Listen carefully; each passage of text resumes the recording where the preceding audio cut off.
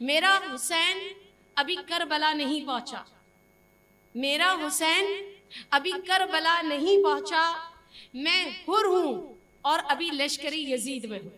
ہمارا حسین کربلا پہنچ چکا تھا 1400 صدیوں سال، لیکن ہم آج تک حر کی طرح لشکر باطل میں بھٹک رہے ہیں۔ ایک بہت بڑی بات آپ کے سامنے پیش کر رہے ہیں، اپنی ماؤں کے لیے، بہنوں کے لیے۔ ہم آج تک حر کی طرح لشکر باطل میں ہیں اور پریشان ہیں، سرگردہ ہیں۔ ابن زیاد نے بلایا، کہا حر 1000 کا لشکر لے جاؤ، 1000 کا لشکر، اور تمہارا کام یہ ہے کہ حسین کو کوفے میں داخل نہ ہونے دینا، اور کہیں سنسان سی جگہ پر ان کے قافلے کو روک لو۔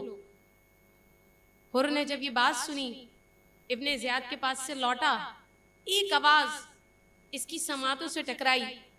آواز کچھ غیب سے آتی محسوس ہوتی تھی، اور آواز یہ تھی، اے حر تجھے جنت کی بشارت ہو۔ اس نے مڑ کر دیکھا، کوئی بھی نہیں تھا، مڑ کے دیکھا، کوئی بھی نہیں تھا۔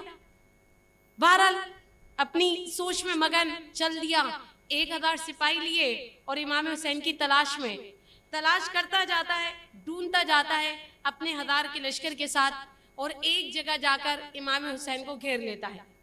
لیکن جب تک حالت یہ ہے کہ چونکہ بھٹک گیا تھا، ڈھونڈ رہا تھا، تو اپنے سفر کا پانی بھی ختم ہو گیا اور سخت پیاسا تھا، اور میرے امام حسین کی میزبانی دیکھیے، دشمن کو بھی آپ نے اپنے پاس پناہ دی اور اپنے رفقا سے کہا کہ اپنے مشکیزوں کے منہ کھول دو، یہ بہت پیاسے ہیں، انہیں پانی پلاؤ، اور نہ صرف انہیں پانی پلاؤ بلکہ ان کے جانوروں کو بھی پانی پلاؤ۔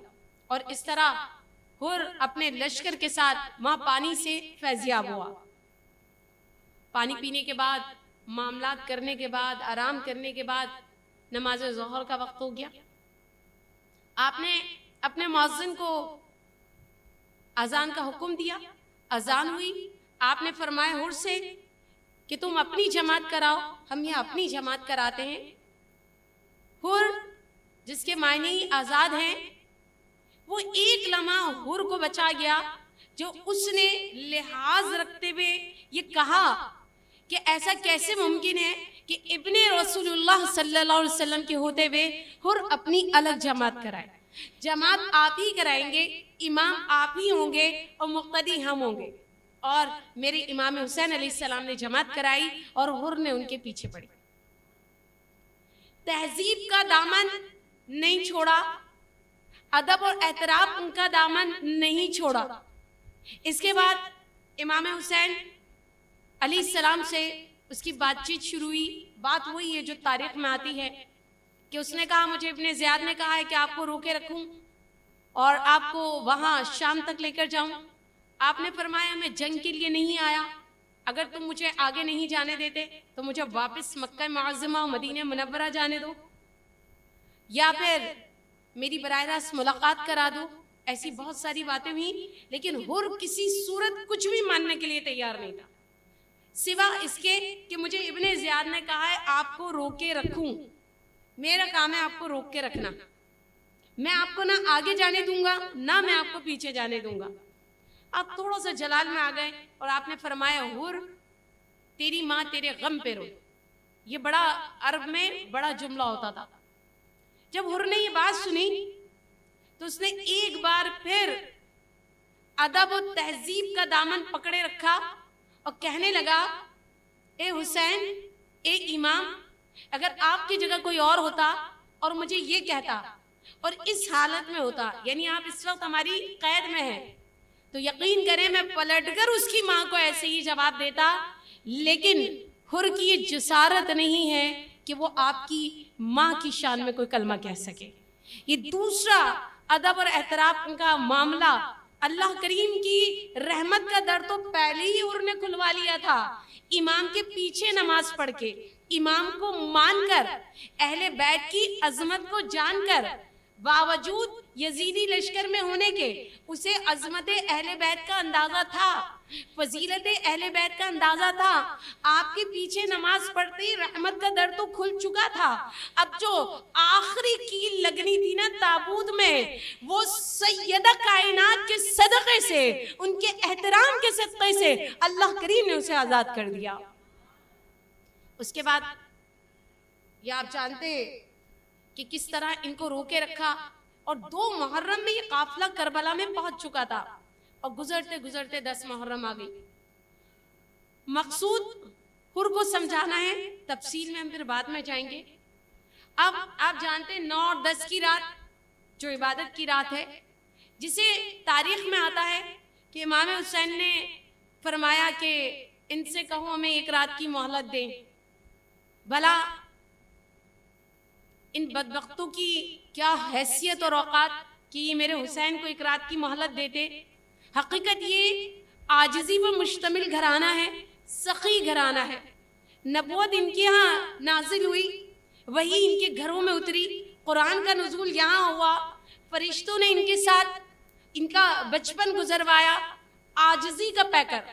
حقیقت یہ تھی میرے حسین نے 1 رات کی مہلت لی نہیں تھی، دی تھی. شاید آنکھوں پہ پڑا، یہ جو آنکھوں پہ ان کی غفلت کی پٹی بن گئی ہے، شاید یہ اتر جائے. ان کا دل جو دنیا کی محبت میں ملوث ہو کر حق اور باطل میں کوئی فرق نہیں کر پا رہا، شاید ان کے دل کو بصیرت مل جائے. اور وہ رات بھی گزر گئی. اب جب 10 محرم کی صبح آئی تو جیسا کہ وہاں کا طریقہ تھا، جنگ شروع ہو گئی. ایک جا رہا ہے. لیکن یہاں بات یہ ہے کہ یہ جو حر ہے نا، یہ لشکر باطل میں ہے، یعنی لشکر یزید میں ہے، اور اپنے گھوڑے پر سوار ہے، اور بہت ہی مانوا بہادر سپاہی ہے، کمانڈر ہے اس وقت کا. لیکن ایک اضطرابی کیفیت ہے، اپنے گھوڑے پر اضطرابی کیفیت کے ساتھ بیٹھا ہے. کبھی گھوڑا آگے، کبھی پیچھے. دائیں بائیں لوگوں والوں نے کہا، اے حر بن یزید، تمہیں کیا پریشانی لاحق ہے؟ تمہیں کیا پریشانی لاحق ہے؟ کیا تم گھبرا رہے ہو؟ جبکہ تم تو بہت بہادر جو ہے ایک کوفی کمانڈر ہو اور ایک عظیم قبیلے سے تعلق رکھتے ہو. حر بن یزید نے جب یہ بات سنی تو کہنے لگے، میں گھبرا نہیں رہا، بلکہ میں خود کو جنت اور دوزخ کے درمیان پاتا ہوں. جملہ سنیے گا. فرمانے لگے گھبرا نہیں رہا، میں خود کو جنت اور دوزخ کے درمیان محسوس کر رہا ہوں. میں فیصلہ نہیں کر پا رہا کہ میں جنت کا فاصلہ طے کروں یا دوزخ کا فاصلہ طے کروں. میری یہ اضطرابی کیفیت اس لیے ہے. اسی سوچ و بچار میں اس کے ضمیر نے جھنجھوڑ دیا، اور حر بن یزید نے ضمیر کی آواز میں لبیک کہا، اپنے گھوڑے کو ایڑ لگائی، اور لشکر باطل سے نکل کر لشکر حق میں شامل ہو گیا، اور ڈائریکٹلی امام حسین کے خیمے میں گیا اور اپنے آپ کو ان کے قدموں میں گرا دیا. اور فرمانے لگے، کیا حر کو آپ کی بارگاہ میں پناہ مل سکتی ہے؟ کیا حر کی توبہ قبول ہو سکتی ہے؟ اور پھر فرمانے لگے، واہ خدا، میں نہیں جانتا تھا کہ ان کا ارادہ آپ کے قتل کا ہے.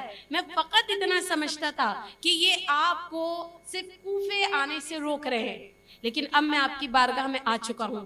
اور میرے امام حسین نے نہ صرف انہیں قبول فرمایا، بلکہ فرمانے لگے، حر، تمہاری ماں نے تمہارا نام آزاد رکھا ہے. آزاد، حر کے معنی آزاد، اور اللہ نے تمہیں جہنم کی آگ سے آزاد کر دیا ہے.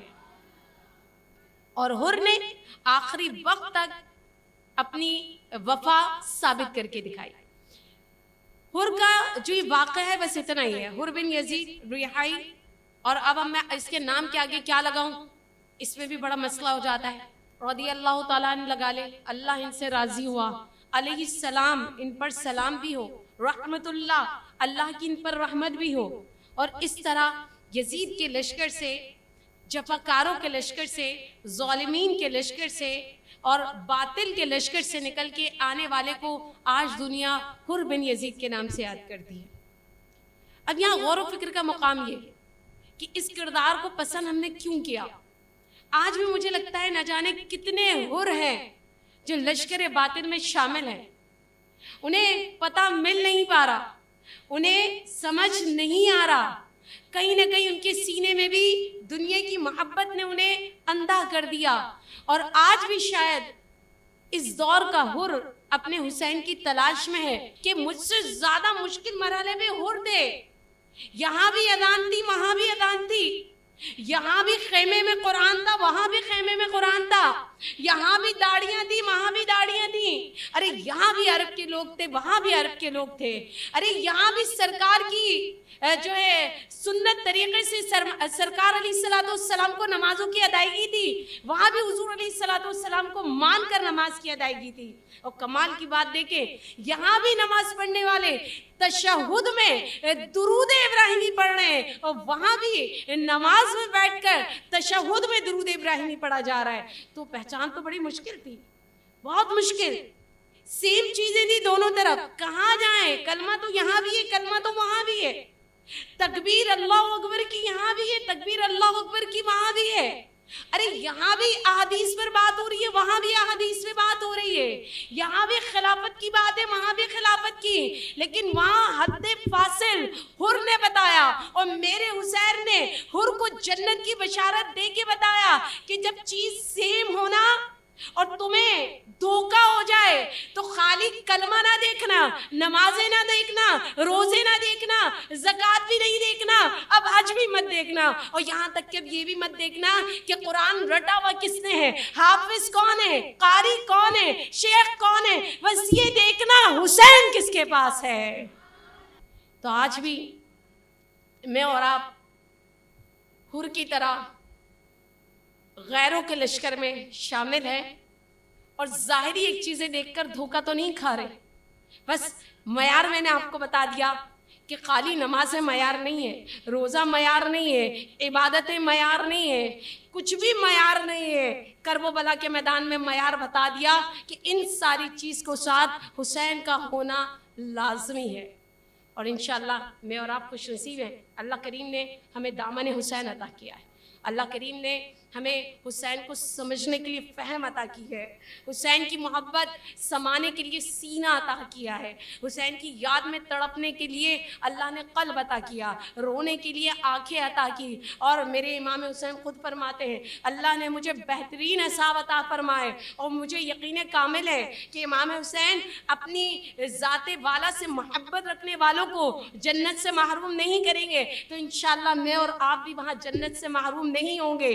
ارے ابھی تک جو میں نے حر کا آپ سے ذکر کیا، آپ یہ دیکھیے جب باطل لشکر سے نکل کر حر آ رہا ہے تو حر بن یزید ہے، لیکن جب وہ قدم حسین پہ آ کے گر گیا اب حر بن یزید نہ رہا، حر علیہ السلام بن چکا ہے۔ دیکھ کربلا کو بشر کے شعور میں شامل ہوئے ہیں خاک کے ذرے بھی نور میں۔